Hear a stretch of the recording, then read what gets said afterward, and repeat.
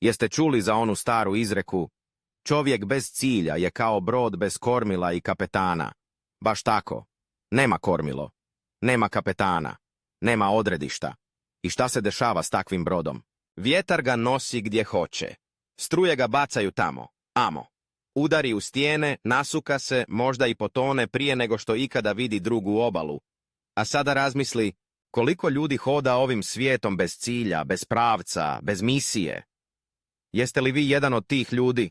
Dižu se ujutro, idu na posao koji mrze, vraćaju se kući, sjede pred ekranom, ponavljaju dan za danom, kao da su uhvaćeni u beskonačnu petlju.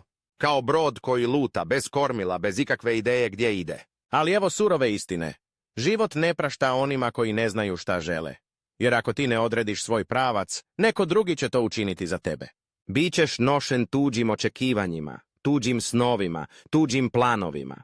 Radit ćeš za tuđe ciljeve, ostvarivati tuđe vizije, a tvoji snovi će ostati samo prašina u zaboravljenim uglovima tvoje duše.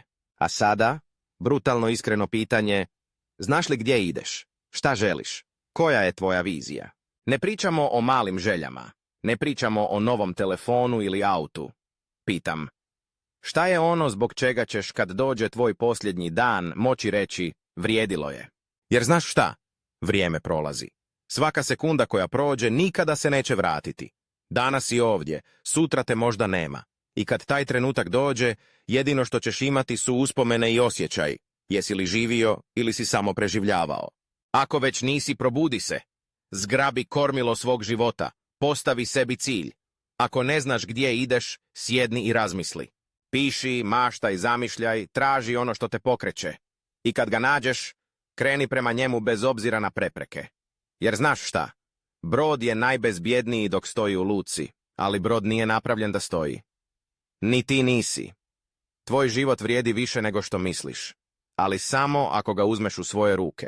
Podijeli ovaj video da inspirišeš nekog kome je potrebna ova poruka. Pretplati se. Vjerujte mi, to je besplatno zauvijek. I uključi notifikacije, znate onaj mali zvončić, to je da dobijete dojavu kad postavimo novi video. Pridruži se zajednici ljudi koji žele više od života. Do sljedećeg videa, čao ekipa!